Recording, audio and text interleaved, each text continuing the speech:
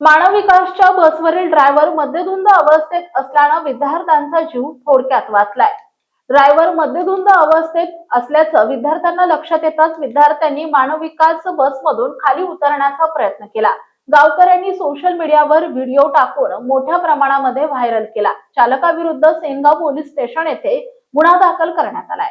संपूर्ण प्रकार सेनगाव तालुक्यातील कोळसा, सेनगाव, सापडगाव, सुकळी, दाताडा बुद्रुक, दाताडा खुर्द, वटकळी, सेनगाव मार्गावर धावणाऱ्या मानव विकासच्या बसवरील ड्रायव्हर मद्यधुंद अवस्थेत बस चालवत असल्याचं आढळून आलं।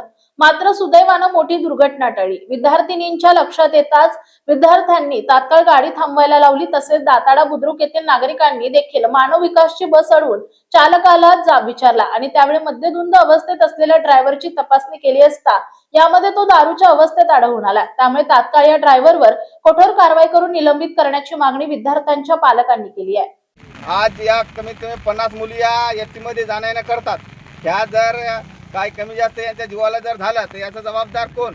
तर एसटी महामंडळाच्या मी डेपो मॅनेजरला विनंती करतो की असे चालक या एसटी महामंडळावर पाठवू नये आणि दुसरी गोष्ट याच्यावर कठोर कारवाई म्हणजे सस्पेंड झाले पाहिजे, निलंबित झाले पाहिजेत आणि चांगले चालक या ठिकाणी एसटी महामंडळामध्ये या मानव विकासच्या बसमध्ये पाठवा ही डेपो चालक मॅनेजरला मी विनंती करतो।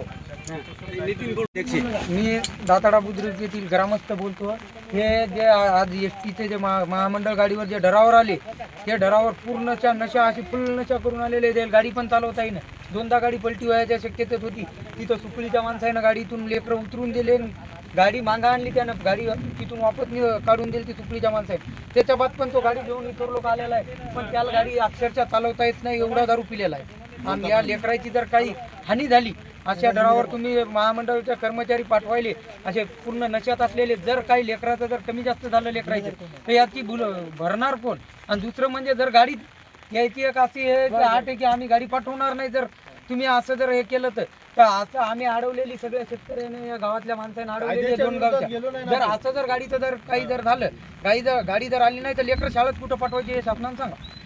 एकूण विद्यार्थी आमच्या गावातून 70 ते 75 विद्यार्थी म्हणजे परिसरातले 70 ते 75 विद्यार्थी दाताडा, 2 दाताडे, सुकळी, सापडगाव कमी 100-150 लेकर असतील। आणि गाडी कुठून कुठे जात होती?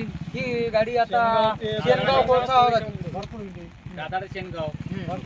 हिंगोली जिल्हा संपादक राजाराम मिजगर।